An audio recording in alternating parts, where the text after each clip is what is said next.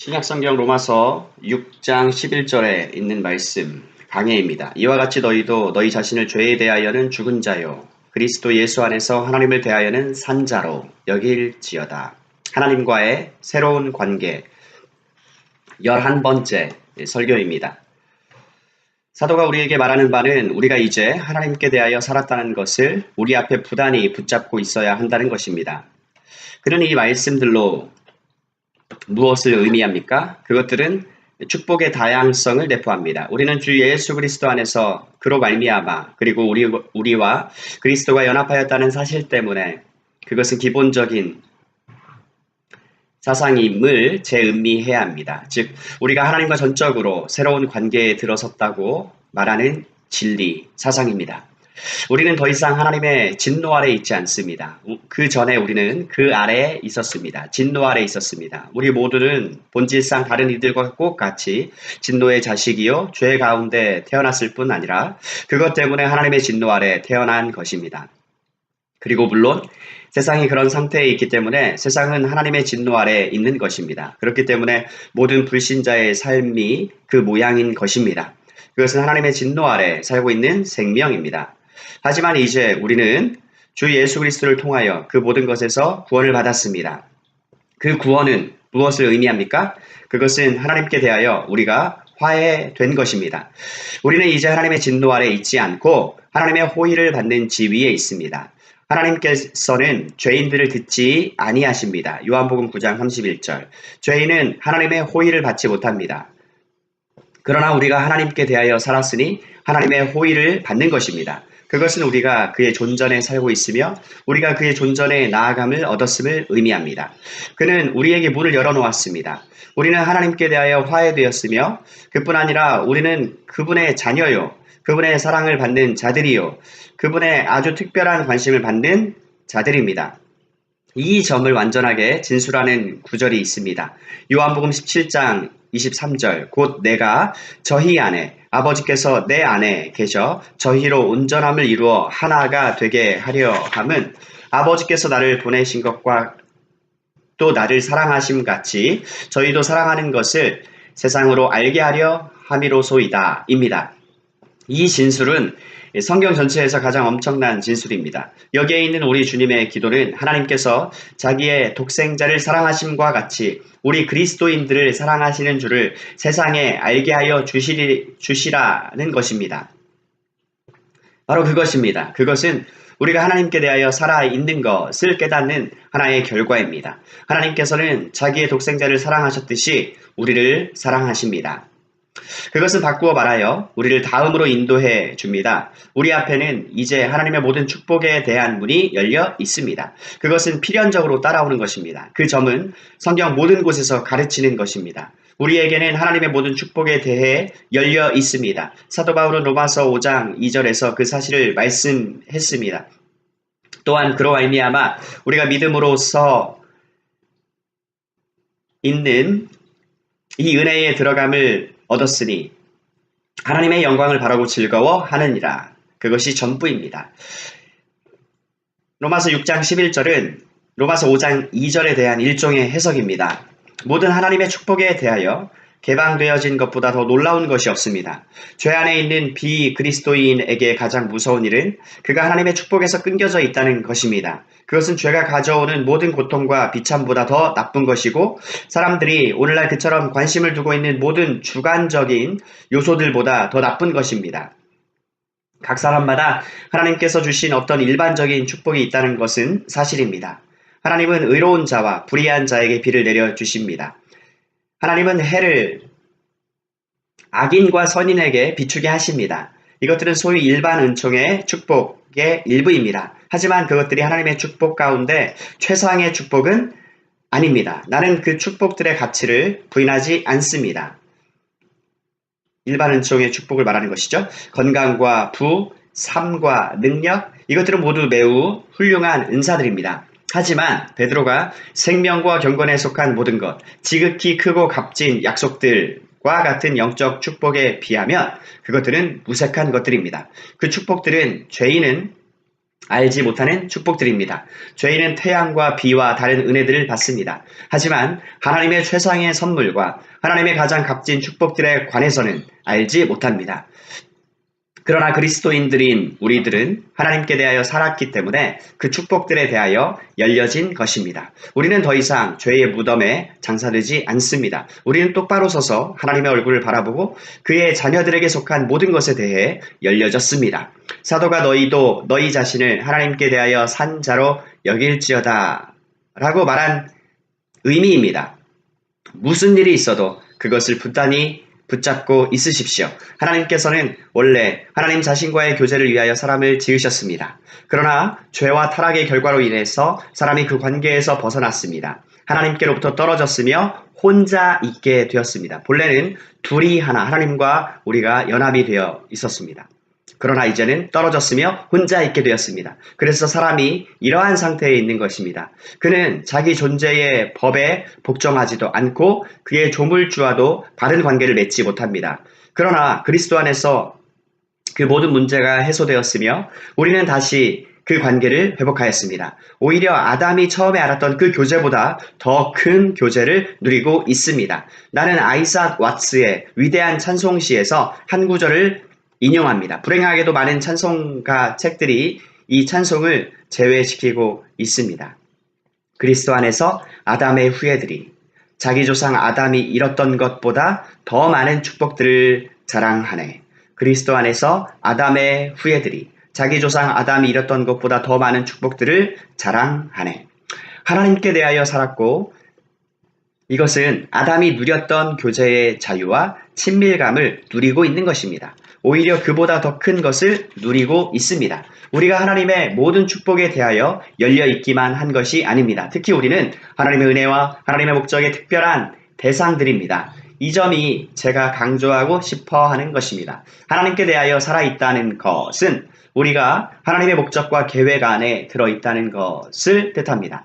뒤에 가서 이 개념을 사도가 강조하고 있음을 발견하게 될 것입니다. 로마서 8장 28절에 보면 그 점을 완전하게 알 수 있습니다. 하나님을 사랑하는 자, 곧 그 뜻대로 부르심을 입는 자들에게는 모든 것이 합력하여 선을 이루느니라. 그것이 바로 하나님의 뜻입니다. 하나님께 대하여 살았다는 것은 여러분이 하나님의 뜻과 창세전부터 가지고 계셨던 하나님의 영원하고 위대한 계획 속에 들어있음을 의미합니다. 그 계획은 무엇입니까? 하나님께서 우리들을 향하여 가지신 뜻은 무엇입니까? 이 시점에서 우리는 사도가 여기서 펴고 있는 논증의 중추를 발견하게 됩니다. 바울의 설교에 대항하여 일어난 도전은 오직 한 가지의 결론에 이르게 할 뿐입니다. 자, 우리가 은혜를 더하게 하기 위해서 죄에 계속 거하자고 하는 반율법주의 밖에는 가져오지 못한다는 것이죠. 하지만 바울은 그것이 불가하다라고 잘라 말합니다. 왜냐하면 하나님께 대하여 살았다고 하는 것이 하나님의 영원한 목적에 들어있음을 뜻하기 때문에 그렇습니다. 그의 자녀들에 대한 하나님의 영원하신 목적은 무엇입니까? 이 질문에 대한 가장 훌륭한 답변이 에베소서 1장 4절에 있습니다. 곧 창세전에 그리스도 안에서 우리를 택하사 우리로 사랑 안에서 그 앞에 거룩하고 흠이 없게 하시려고 하였습니다. 그것이 바로 하나님이 자기 백성을 향하신 목적입니다. 그것이 바로 창세전에 우리의 구원을 계획하셨을 때 하나님의 마음에 있었던 것입니다. 예수 그리스도 안에 있는 구원의 체계와 목적하심과 계획이 가지는 하나의 목표는 우리가 사랑 안에서 그 앞에 거룩하고 흠이 없게 되는 것입니다. 그 점이 사도의 논증의 강조점입니다. 만약 하나님께서 그리스도 안에 있는 우리에게 그러한 목적과 계획을 가지고 계시다면 어떻게 은혜를 더하게 하려고 죄에 거할 수 있겠느냐고 말할 수 있겠습니까? 죄 가운데 산다는 것은 하나님의 전체 목적과 반대로 가는 것입니다. 이 구원의 목적은 사람들로 하여금 죄를 짓도록 허용한다든지 용기를 북돋는 것은 고사하고 그 정반대입니다. 구원 계획의 전체 목적은 우리가 사랑 안에서 흠이 없고 거룩하게 되는 것입니다. 그러므로 하나님을 향하여 산다는 것은 내가 그의 앞에 거룩하고 흠이 없어야 한다는 하나님의 이 목적에 대해서 산다는 것입니다. 우리는 이제 네 번째 요점에 이르게 되었습니다. 하나님에 대하여 산다는 것은 우리가 그리스도의 계획과 목적 안에 있을 뿐 아니라 더욱더 이 목적이 우리 안에서 역사되고 있다는 것을 의미합니다. 그것은 어떻게 일어납니까? 사도 바울은 이미 그 문제에 대해 부분적으로 대답하여 주었습니다. 본질상 우리는 죄 가운데 태어났고 불의 가운데 조성되었습니다. 그리고 하나님의 진노와 죄의 권세와 사단의 세력 안에 태어났습니다. 그러나 그리스도는 그 모든 것에서 우리를 해방시키고 거룩하게 하기 위해서 오셨습니다. 그렇다면 이 거룩하고 흠이 없게 하시려는 하나님의 목적이 어떻게 우리 안에서 역사되고 있습니까? 첫째로 우리가 그리스도에게로 연합되었다는 것입니다. 어느 의미에서는 이것이 전부를 포함합니다만 우리가 아담에게 연합되었던 것과 정확히 같은 방식으로 우리는 그리스도 안에서 그리스도에게 연합되는 것입니다. 우리는 우리가 이해할 수 없는 가장 신비로운 방식으로 그 안에 있습니다. 우리는 그에게 속하여 있습니다. 너희는 그리스도의 몸이요 각 지체라. 그것은 이상한 사실입니다. 이 교훈은 신약에서 자주 발견됩니다. 우리 주님께서는 친히 그것을 첫 번째로 엄명하셨습니다. 나는 포도나무요 너희는 가지니. 그것이 그 관계의 전부입니다. 우리가 그에게 기술적으로 붙여지는 것이 아닙니다. 그것은 살아있는 것이고 유기적인 것입니다. 우리가 그분으로부터 생명을 받고 그분 안에 있습니다. 우리가 그에게 접붙여졌으며 그로부터 생명과 권능을 받았습니다. 바울이 로마서 6장 5절에서 말했던 것과 같이 우리는 그를 본받아 연합되었습니다. 함께 접붙임을 받았고 연합되었습니다. 연합되었으되 생각할 수 있는 가장 친밀한 방식으로 연합되었습니다. 사도는 이 같은 것을 여러 곳에서 진술합니다. 우리는 에베소서 1장 마지막의 진술을 기억합니다. 또 만물을 그 발 아래에 복종하게 하시고 그를 만물 위에 교회의 머리로 주셨느니라. 교회는 그의 몸이니 만물 안에서 만물을 충만케 하시는 자의 충만이니라.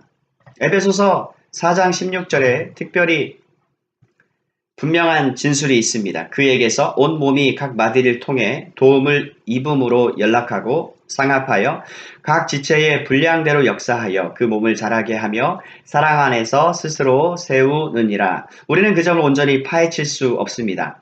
그러나 그것이 의미하는 바는 그리스도와 우리의 관계란 살아있는 머리에 연락되어 있는 몸의 여러 지체들로 유지되고 지속되는 관계에 비유된다는 것입니다. 몸의 모든 지체는 공급의 연락을 통해서 뇌로부터 에너지를 받습니다. 피가 그것을 날라주고 신경이 그것을 신기한 방식으로 전달해 줍니다. 몸에는 연합되어 있고 가슴에 연결되어 있습니다. 에너지 공급의 길을 따라서 생명과 힘이 온 몸과 지체에 흘러가고 있습니다. 우리가 그리스도에게 연합되었으며 그의 지체들이요 그리스도가 머리에 몸의 각 부분들이기 때문에 사도 바울의 진술과 같이 내게 능력 주시는 자 안에서 내가 모든 것을 할 수 있다. 빌립보서 4장 13절은 필연적으로 따라오는 것입니다. 무엇이 불가능할 수 있을까? 내게 능력 주시는 자 안에서 내가 모든 것을 할 수 있느니라. 이것은 내가 그리스도와 연합되었으며 그리스도 안에 있다는 나의 것의 또 다른 표현입니다. 다시 주님 자신에 의한 신비적인 진술을 생각해 봅시다. 요한복음 6장 57절에 살아계신 아버지께서 나를 보내심에 내가 아버지로 인하여 사는 것 같이 나를 먹는 그 사람도 나로 인하여 살리라 입니다. 여기서 나를 먹는다는 표현 때문에 넘어지지 마십시오. 그것은 성찬식과는 아무런 관계가 없는 것입니다. 그것은 그분을 의지해서 살아간다는 것을 뜻합니다. 이 연합을 다른 방법으로 표현한 것이고 그리스도께서 말씀하시는 것은 그리스도 안에 있으며 그와 연합하며 그로 인하여 사는 자는 나로 인하여 살 것이며 라는 것입니다. 마치 그리스도께서 자기의 아버지로 인해서 사는 것처럼 그리스도를 인하여 살 것이다 라는 말 뜻입니다. 그 말은 나의 생명과 나의 능력과 나의 보존에 의해서 그리고 내가 가지고 있는 모든 것에 의해서 살 것이다 라는 의미입니다. 누가요? 그리스도인들이요. 놀랍죠? 이상의 모든 영광스러운 진술들에 비추어서 우리 주님께서는 다음과 같은 것들을 말씀하실 수 있었던 것입니다. 여러분은 주님께서 사마리아 여인에게 하신 말씀을 기억하십니까? 주님은 우물가에 서서 그 우물을 가리키면서 누구든지 이 물을 마시는 자마다 다시 목마르려니와 내가 주는 물을 먹는 자는 다시 목마르지 아니하리라. 요한복음 14장 13, 14절 말씀했습니다. 주 예수 그리스도께 연합한 결과로 이런 일이 있게 되는 것입니다. 요한복음 6장 35절에 다시 그 점을 말씀하십니다. 나는 생명의 떡이니 나에게로 오는 자는 결코 줄이지 아니할 터이요 나를 믿는 자는 영원히 목마르지 아니하리라. 여기서 결코라는 말에 주목하십시오. 중국 내지 선교의 개척자였던 허드슨 테일러의 생애 가운데 보면 결코 뭐뭐 아니라는 말이 가장 많은 해방을 주는 말이었습니다. 그에게 있었던 가장 큰 일은 결코라는 말이 지닌 힘을 그가 깨달은 것이었습니다. 나에게로 오는 자는 결코 줄이지 아니할 터요 나를 믿는 자는 영원히 또는 결코 목마르지 아니하리니. 그는 굉장히 굶주려 있었습니다. 나를 믿는 자는 결코 목마르지 아니하리라. 그는 그가 목마름을 알았었습니다. 결코 다시는 그렇지 않았습니다. 그것은 하나님께 대하여 산 결과입니다. 여러분은 그리스도 안에 있습니다. 여러분이 그리스도 안에 있으면 결코 줄이지 않을 것입니다. 여러분은 이 점을 인식하셨습니까? 그것을 견고히 붙드십시오. 결코 굶주림도 결코 목마름도 없을 것입니다. 그것이 가장 우선적인 문제입니다. 내가 그리스도 안으로 들어간다는 것은 하나님께서 나를 향한 그의 계획을 내 안에서 이루어 나간다는 것을 뜻합니다. 그는 나를 보시고 내가 사랑 안에서 그 앞에 거룩하고 책망할 것이 없는 자로 만드시기로 결정하신 것입니다. 주님께서 어떻게 그 일을 하십니까? 그는 나를 그리스도에게 연합시키시며 나를 그에게 접붙이십니다. 내가 계속해서 주님의 받아들이심 가운데 있게 될 때 이 과정은 계속되는 것입니다. 하지만 거기에서만 멈추지 않습니다. 그것을 보는 또 다른 방식은 성령께서 우리 안에 거하심을 아는 일입니다.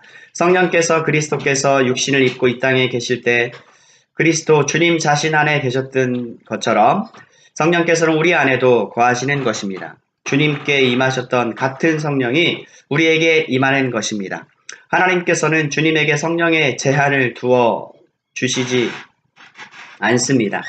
하나님은 주님에게 한없이 성령을 주셨습니다.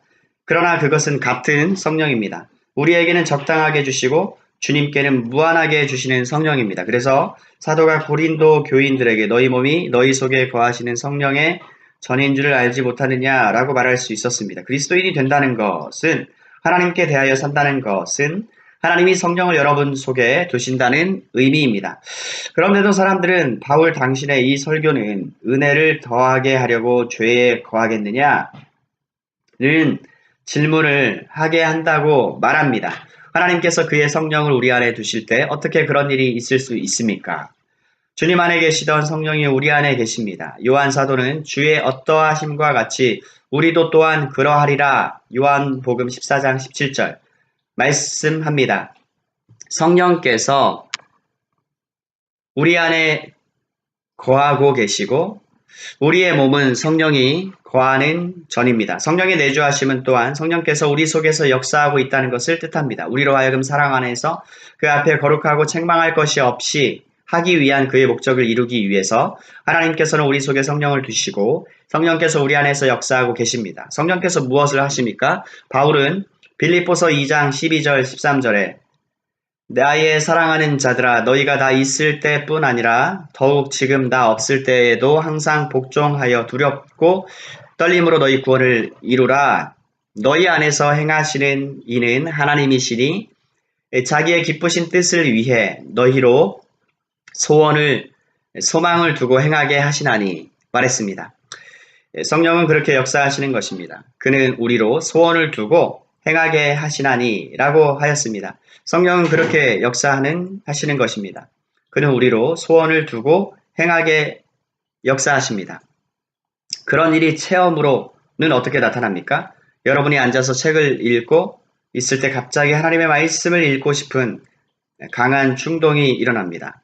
만일 그렇게 한다면 여러분은 영혼의 큰 유익을 얻습니다. 그런 충동이 어디에서 옵니까? 너희 안에 소원을 두고 행하시는 이는 하나님이시니 그는 의지를 지배하시고 우리를 자극하고 우리의 마음에 여러 가지 일을 생각하게 하시고 우리의 마음을 움직여 소원을 두고 행하게 하십니다.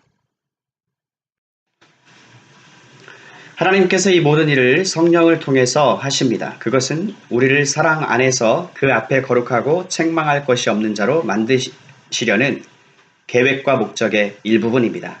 그것은 끊임없이 계속됩니다.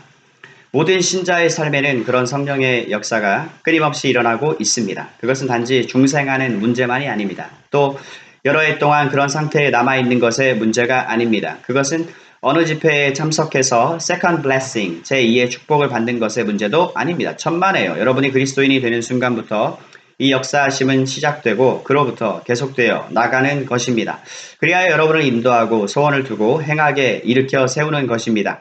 이미 여러분에게 상기시켜 드렸지만 사도 바울은 어떤 의미에서 에베소 교인들이 다른 어떤 점보다 이 점을 이해해야 한다는 데에 더 큰 관심을 가지고 있었던 것입니다. 그는 그들이 그것을 알고 부르심의 소망이 무엇인지 알 수 있는 밝은 이해의 눈을 가지기를 바랬습니다. 영광스럽고도 놀라움이여. 그런 일들이 오고 있습니다. 성도 안에서 그 기업의 영광의 풍성이 얼마나 놀라운 일인가요?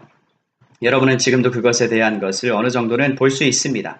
바울은 그들이 그것에 희미한 그림자를 보기를 원했습니다.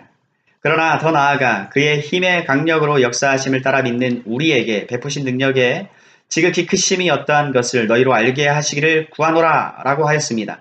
이 능력을 우리가 전부 깨닫지는 못하지만 지금 우리 안에서 그 능력은 역사하고 있는 것입니다. 바울은 그들이 어느 때에 중생하였든지 간에 그들의 이해의 눈이 열리기를 기도하고 있었노라고 말합니다. 그들은 구원의 확신을 가지고 있었으며 많은 일들이 그들에게 일어났으며 그들은 성령으로 인침을 받았습니다. 그러나 그들은 그것을 알아야 할 대로 할 만큼 알지 못했습니다. 믿는 우리를 따라 그의 능력이 지극히 크심을 마땅한 대로 알지 못했습니다. 그 능력은 그리스도께서 죽은 자 가운데 일어나실 때 하나님께서 행사하셨던 같은 능력입니다. 바울은 에베소서 3장 20절 21절에서 이 축복에 대한 더 상세한 정의를 내리고 있습니다. 우리 가운데서 역사하시는 능력대로 우리의 온갖 구하는 것이나 생각하는 것에 더 넘치도록 하실 이에게 교회 안에서와 그리스도 예수 안에서 영광이 대대로 영원 무궁하시기를 원하노라. 아멘.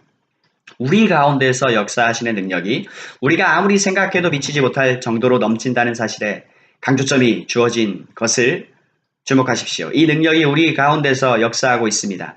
그가 너희가 하나님의 모든 충만하심으로 충만케 되기를 원하느니라 라고 말하고 있었던 것입니다. 이와 같이 제가 말하고 있는 것은 여러분의 하나님께 대해 사는 순간, 여러분이 하나님께 대해서 사는 순간, alive unto God, 여러분이 능력에 대하여 살게 되는 것이라고 말하고 있습니다. 그리고 그것은 거룩함을 내기 위해서 의도되고 주 앞에서 흠이 없고 책망할 것이 없게 하기 위해서 의도된 능력이라는 것입니다. 한 발짝 더 나아가서 저는 그 목적이 이루어짐을 절대적으로 확신합니다. 우리가 사랑 안에서 그 앞에 거룩하고 책망할 것이 없이 되는 것, 이것이 그 목적입니다. 우리는 그 목적이 이행되는 방식을 훑어보았습니다. 그러나 덧붙여서 이 목적이 완전히 수행되는 것은 절대적으로 확실한 것입니다. 어떤 것도 그것을 막을 수 없습니다. 너희 속에 착한 일을 시작하신 이가 예수 그리스도의 날까지 이루실 줄을 확신함이라. 빌립보서 1장 6절. 그것은 하나님의 약속만큼 확실합니다. 시작하신 이가 누구입니까? 그는 하나님이십니다. 그가 하나님이시기 때문에 중도에 그는 그만두는 일이 결코 없으십니다. 사람들은 실수를 범합니다. 사람들은 흥분하고 열심을 냅니다. 그들은 하나의 생각을 가지게 되고 그것에 열중합니다. 하지만 몇 달이 못 갑니다. 포기하여 버립니다. 하나님께서는 결국 그런 식으로 행동하지 않으십니다. 여러분 앞에 착한 일을 시작하신 이가 예수 그리스도의 날까지 이루어 주실 것입니다. 또 에베소서 5장 25절 이하 27절에서 같은 진리를 생각합시다. 그리스도께서 교회를 사랑하시고 교회를 위해서 자기 자신을 주셨습니다. 어째서 그리스도께서 그렇게 하셨습니까? 이는 곧 물로 씻어 말씀으로 깨끗하게 하사 거룩하게 하시고 자기 앞에 거룩하고 흠이 없게 하려 하심이라. 창세전에 가지고 계셨던 하나님의 계획은 바로 그런 것이었습니다. 주 예수 그리스도께서 영원한 영광의 표를 사양하시고 스스로 처녀의 태 속에까지 낮아지실 때 주님을 고무시키셨고 주님의 마음을 충만케 하였던 계획은 그러하였습니다. 어째서 주님께서 그렇게 하셨습니까? 어째서 주님께서 십자가를 지셨습니까? 어째서 그는 죽으셨습니까? 어째서 그는 장사 지낸 바 되었습니까? 어째서 자기 앞에 영광스러운 교회를 세우사 티나 주름 잡힌 것이나 이런 것들이 없이 거룩하고 흠이 없게 하려 하시는 목적 때문입니다. 그것이 아버지 하나님과 성자 하나님과 성령 하나님의 목적입니다. 그렇기 때문에 그것이 실패할 수 없는 것입니다. 그것은 계속되어 나갈 것이고 그것이 완전히 이루어질 때까지 부단히 계속될 것입니다. 우리는 신자는 죄에 대하여 죽고 하나님께 대하여 살았습니다. 우리가 하나님께 대하여 살았으니 하나님의 계획은 우리가 그것을 깨닫지 못하든 간에 우리 안에서 이루어져 가고 있습니다. 그는 그가 그리스도에게 연합시킨 자녀들 모두로 하여금 책망할 것이 없고 점이나 흠이나 그러한 것이 없는 완벽한 자로 만들어가고 있는 것입니다. 그러한 일, 완벽한 자가 되는 일이 있을 것입니다. 그것을 이루시는 것은 그의 능력입니다. 그는 이미 모든 신자들 속에 그의 목적을 착수하셨고요. 그의 거룩한 존전에서 완벽하게 구원받기까지 그 일을 계속 실행해 가실 것입니다. 그래서 사도 바울이 그러므로 너희도 자신을 죄에 대하여는 산자로 여길지어다 라고 말하였던 것입니다. 하나님께 대하여는 산자로 여길지어다. 죄에 대하여는 죽고 그것이 여러분의 지위이고 신분이고 여러분이 서 있는 곳이고 그것이 지금 여러분의 관계입니다.